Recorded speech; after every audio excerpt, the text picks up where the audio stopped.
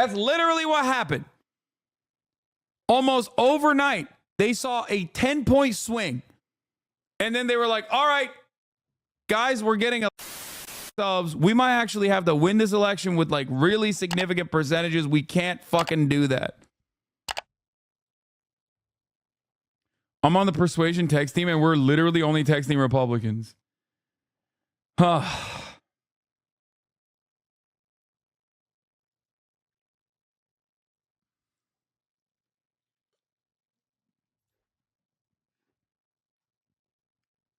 They could have stuck with that's weird. They're being weird. We want to help Americans. And they could have just reiterated and defended Tim Walz's agenda in Minnesota. That's it. That would have been your winning ticket. It would not be a fucking matter of discussion. This is exactly what we were talking about. A legit child who has no idea what they're talking about. All the worst children. Like, I often wonder what that's like. Like, I'm so fortunate to not have like, I mean, I have my political disagreements with my immediate family members, but like nothing so broad. You know what I mean? Yeah, but all the fucking failed children too. They're just like, I love Donald Trump. He's gonna fucking fix the economy. It's like, what? How? How's he gonna fix the economy? Explain to me right now how he's gonna fix the goddamn economy. No, the things were so much cheaper when Trump was president. You were 12. What are you basing this off of? Fucking Haribo jelly beans? Like, what the fuck are you talking about? What do you mean? Go ahead. Explain to me. You were 12 years old. Tell me what the Trump administration's impact was.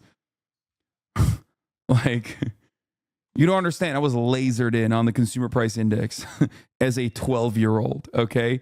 This is what I was looking at every quarter. I was waiting for the Fed report, okay?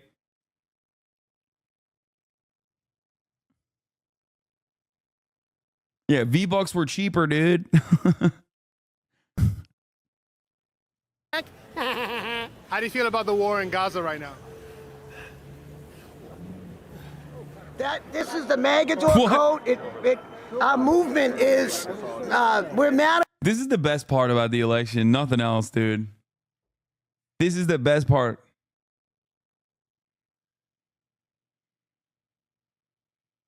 Okay? It's just like hogs. Hog watch, baby. Unrestricted hog watch, dude. Matadors supporting the Magador himself. The Matador, Magador, make America. The Magador, that's clever. Magador, like that. And you cannot build a cohesive, coherent national movement around the most insane people you have ever seen. I'm sorry. Not even in a country like America. Maybe like in the next 20 years when we are full tilt in decline.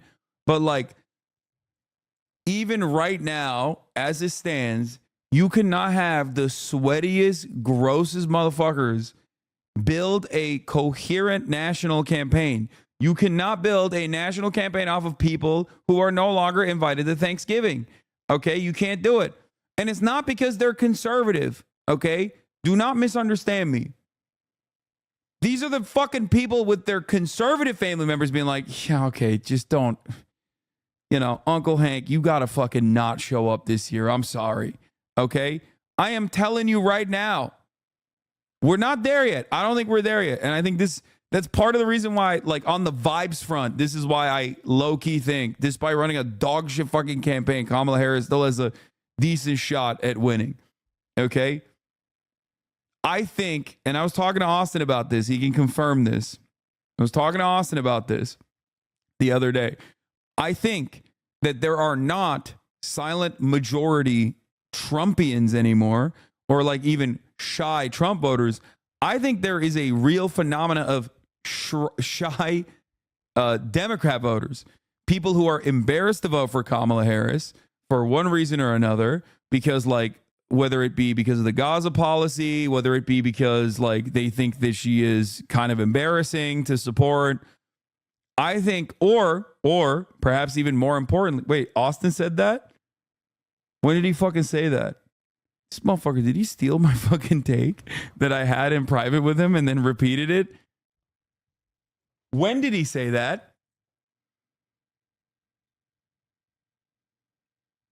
Did he say that this morning?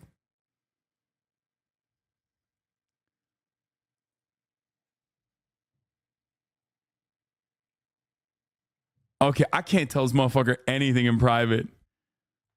I can't tell this motherfucker anything in private. That's crazy. That's crazy. Okay, well, anyway, you say that today live? I've told him before as well. Anyway, listen. Like I was saying, I think that the real phenomenon that you are going to see, this is vibes based for the most part, is the actual shy Kamala Harris voter. This, you might say, is copium, but I do think that, especially in the suburbs, due to an unrestricted amount of political violence that comes your way if you openly back the Democrats in a red state or in a red area or in an area that you perceive as a red area, specifically in swing states and swing districts, I think there are a shit ton of people who want to vote for Kamala Harris. Like, they don't really like her that much. They're not, like, they don't have the permission to be like, nah, that's my fucking candidate. Fuck you. Okay? Because it's Kamala Harris. Why the fuck would you do that? But I genuinely think, especially because Republicans have gotten so fucking unhinged, that there are people who just don't want to put a fucking sign up on their front yard because they don't want to get a fucking brick through their window. Okay? They don't want to get a brick through their window from the unhinged Trump supporter that's gonna be like, why the fuck you put that? You want to transgender my daughter? I'll fucking kill you. Like, they don't want to even have that. They don't want to have that. They don't have a weird conversation with a neighbor. Okay? Because these guys are so fucking smelly and so fucking insane and so entitled due to no deterrence whatsoever. Okay? Due to just letting them run amok in this goddamn country, that I think that there are a lot of, especially older voters, especially in the suburbs, especially in purple districts, people that just like don't want to openly run around telling everybody that they're voting for Kamala Harris, but they probably are. One other aspect of this is, and I don't know how successful this will be, we'll find out about it. I was telling Austin, like, you'll see, if I'm correct, you'll see the New York Times write an article about, like, the silent majority actually was for Kamala Harris. Like, the real silent majority in America, how purple districts swung for Kamala Harris with these quiet voters. Okay, that's the title. I'm giving you the fucking headline. I'm giving you the title. If Kamala Harris wins, this is the reason. Okay, they're going to say the shy Kamala Harris voter was real. Okay, now, what they're going to say is, like, due to, once again, an insane amount of, like, violence and annoying conversations at least, and direct violence at worst, a lot of people did not want to openly fuck, and also because they were embarrassed because Kamala Harris is not a great and not a strong candidate, that a lot of people did not want to openly communicate their desire for Kamala Harris. And that also on top of that, the campaign has been trying to run initiatives, even in red districts, for women specifically, being like, hey, if you want to vote in secrecy from your husband, like, here are the methods as to how you can do that. Like, the hidden spouse vote basically is the highest level of, like, conspiracy in this argument that I have. What's the line between cope and delusion? I mean, cope is delusion, for sure.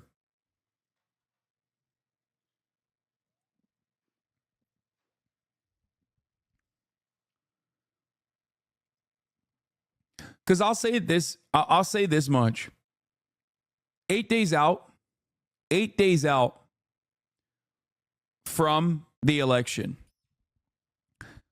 I'm not just a leftist.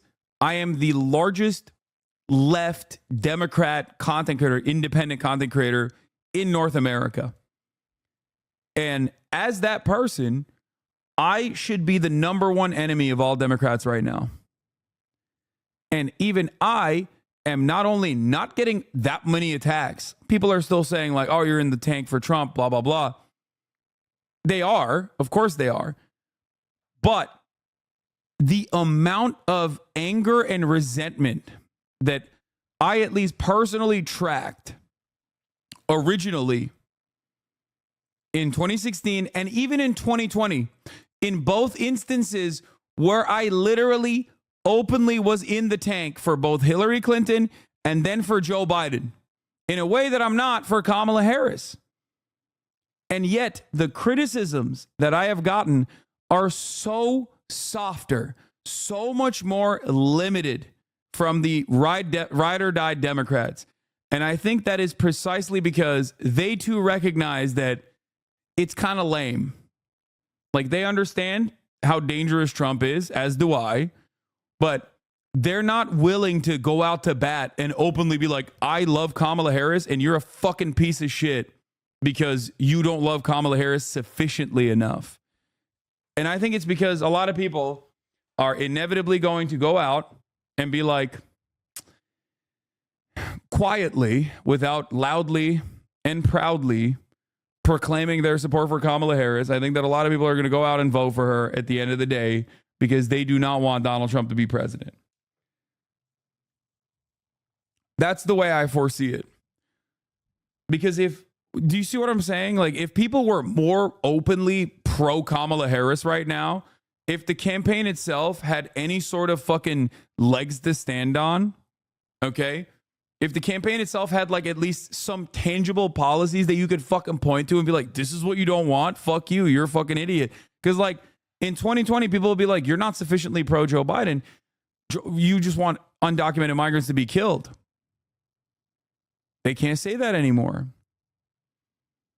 They can't say that anymore. That doesn't mean they won't vote for Kamala Harris, but that means that they're not very openly promoting Kamala Harris.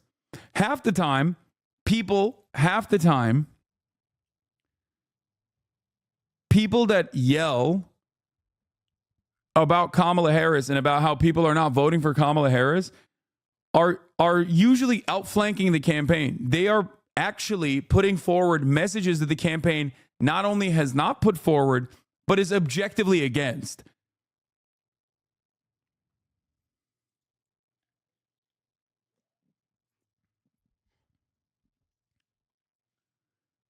Actual policies, housing agenda, Medicare agenda, price controls. Dude, I have time and time again. The housing agenda is, come on. Medicare agenda, light, but expanding Medicare for at-home care is great. Came very late. There hasn't been enough messaging around it. And price controls have been good, which is precisely the reason why they fucking abandoned it almost entirely. Okay?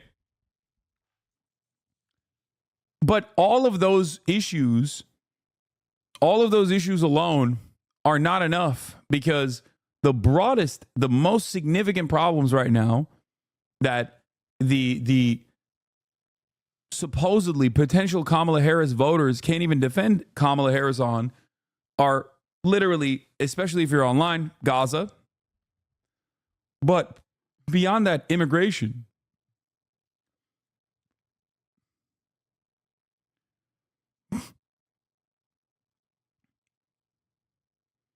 Anyone that comes out and is like, oh, you just want fucking immigrants to be slaughtered, or if you want, you want trans people to be murdered, dog, what the fuck?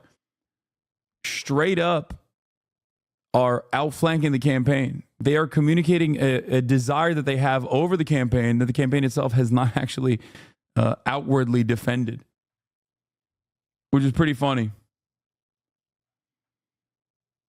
But I think that's the reason why. I think that it's one of those situations where I think, like, due to a multitude of different reasons, all of which I laid out earlier, including but not limited to annoying conversations that they don't want to have with people, the fact that like Kamala Harris is like not the most defensible candidate, and also last but not least, the fact that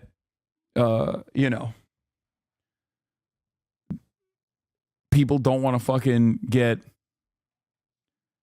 fucking absolutely destroyed with political violence, like physical harm to themselves.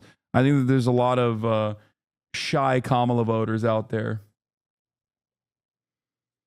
But we'll see. We shall see. You're a liar. Sarah Palin, you're a liar? What is this fucking debate? You lied. I'm a liar. Yes, and you said, no, Biden didn't do that. Yes, he did on day one. Do you know he handed out more licenses to Trump? Do you know that? I'm making the point that you denied. My point is true. Destiny said energy's higher, and you said no. So if anyone lied, you did. Listen. People can DVR it, they can rewind it and see you saying a false statement to Destiny. That energy production higher. Is energy production higher today? You don't think that Biden is energy production higher under Biden than Trump? And you just is energy production higher, Sarah Palin? It's a very simple Biden question. I know facts are not your strong point. Is energy production higher today under Biden than under Trump? It's a simple yes or no question. You're an obnoxious... See, but facts hurt, don't you? Facts don't care about your feelings. Are Americans wrong when they have this feeling? Well, the feelings I'm oftentimes are obnoxious generated because I asked from if energy production's higher today than under Trump. You're that makes me obnoxious because I'm asking you why. Here's another example to your point. How is a cynical row? Yeah, this is funny. Ro Khanna, these cynical Harris Cheney billboards are all over Dearborn and Southeast Michigan. Residents in the area are getting mailers with the two linked. How is it cynical, Ro? Harris decided to make a woman who supported every war in her lifetime and supported torturing people a campaign surrogate. Trump did not mind control Harris into doing this. By the way, a simple test of whether an endorsement is working in your favor is whether the other campaign keeps highlighting it. A very simple test, actually. Kamala Harris's campaign has done everything it can to basically lose this election. They still might win, okay? They still might win. But Kamala Harris is doing everything she can to lose the fucking election. And the Democratic Party is going to learn the worst lessons possible from this. They're going to use this to be like, see, we went to the middle and we won because we were moderate. No one will remember that there was no reason to do that, and that the most significant poll bump that you got was when you didn't do that, okay? When you did the exact opposite. They were like, all right, we saw like an 8 to 10 point swing in the polls. Let's stop. We're getting ahead of ourselves. That's literally what happened. Almost overnight, they saw a 10-point swing. And then they were like, all right, guys, we're getting a little ahead of ourselves. We might actually have to win this election with like really significant percentages. We can't fucking do that. I'm on the persuasion text team, and we're literally only texting Republicans.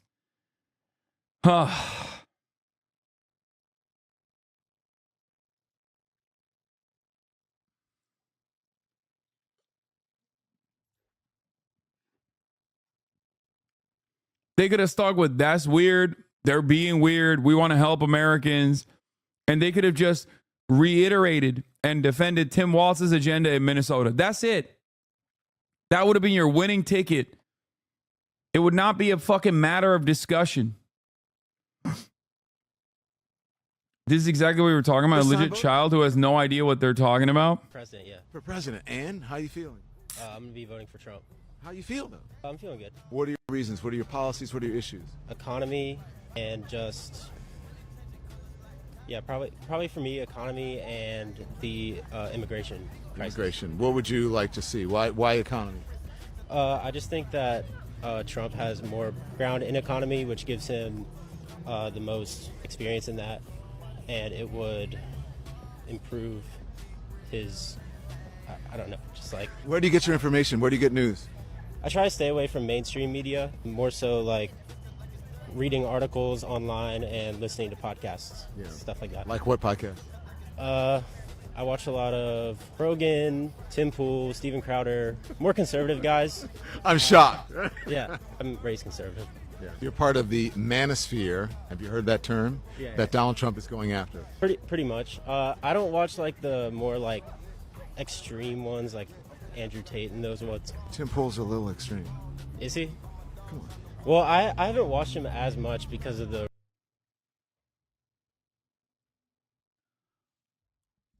I could turn that motherfucker dude, I'm telling you, dude, 5 minutes. 5 minutes, this dude's entire worldview will change. I promise. The recent stuff that I've seen, he's been like kind of clickbaiting a lot, and I think the numbers are showing that Gen Z is more open to voting for Trump than before. And it could be because of him appearing on podcasts and things like that, but it could also be that Gen Z is just starting to get a little tired of how things are going right now. Do these guys reflect out of this or get more red pilled? It depends. If Trump wins and their lives don't change for the better, which it won't, a lot of them will actually start recognizing that they were wrong. There were a shit ton of people who were like, oh yeah, pro-Trump for the memes or whatever. Many of you in this fucking community that now call yourselves like commies or anarchists or socialists or whatever, probably for the memes, said you were pro-Trump in 2016. Oh, he's anti-establishment. Fuck Hillary Clinton.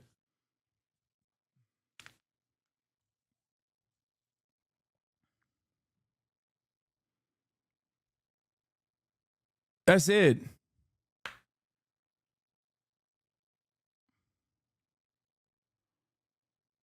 I'm an Army veteran with 2 deployments to the Middle East. I'm undecided as a voter and would love to talk to you about the prominent issues and topics in this election. Care to have me on the show? What? What are your issues, undecided voter? I feel like this is the low level version of people trying to fucking get on CNN. The media producer brain that I have, immediately I got tickled by it. It's like, ooh, an undecided voter. What are some of your issues that you are undecided on?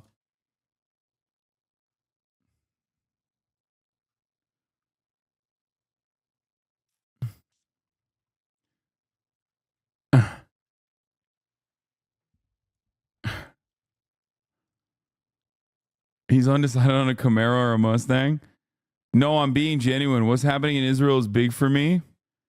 Wait, what do you mean?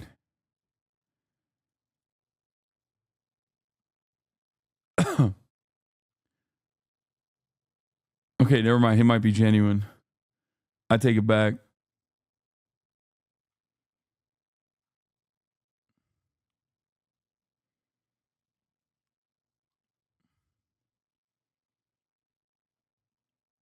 Yeah, he's undecided. He's like, I don't know if I should do Jill Stein or PSL.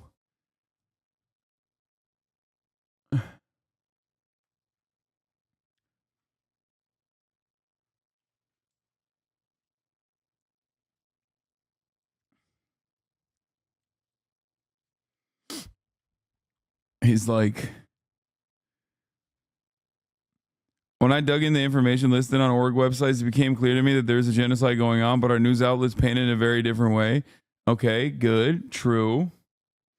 I'm going to let you know right now, neither candidate is going to stop the genocide, okay? Neither candidate. Kamala Harris is not going to stop the genocide. Donald Trump is not going to stop the genocide.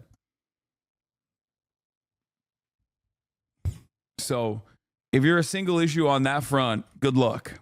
You got to figure out something different. If you really want to vote for either of the two parties, you have to fucking figure out some other reasons. Okay? That's my principle on it. That's my take on it. Neither side is going to stop the genocide. They're not.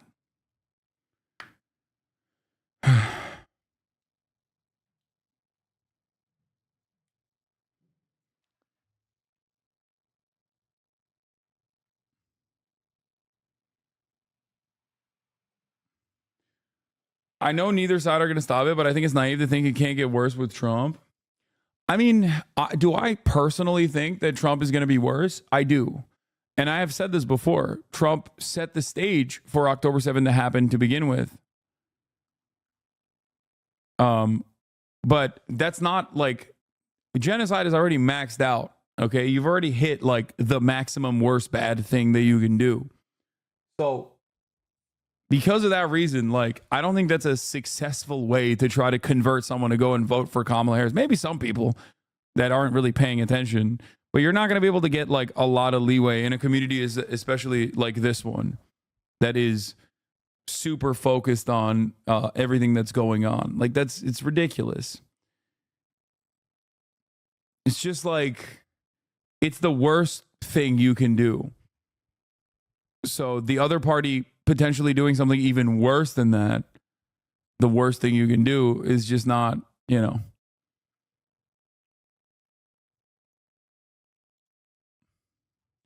Exactly who the F do I vote for? You have to, considering that genocide is off the table and that both parties are advancing it, you just have to look at a bunch of different things that you care about. That's such a defeatist attitude. Wait, why? That's not a defeatist attitude. The fuck do you mean? I don't think it's a defeatist attitude. It's the reality of the matter. The point is, like, it sounds hollow, and it is hollow, and it is inhumane for the party in power to openly state this, but it literally comes down to both parties are going to do genocide. It's different when Kamala Harris says this than me saying it, but both parties are going to do genocide. So if you care about all these other things in comparison to Donald Trump versus Kamala Harris, then that's up to you. If you consider it completely unacceptable to vote for Kamala Harris due to her defense of genocide, then I also understand that. I will, however, urge everyone not to vote for Donald Trump. That would be stupid. I much respect to you, man. I live in Canada. I just don't think I can vote for either of these two. We got a PSL voter.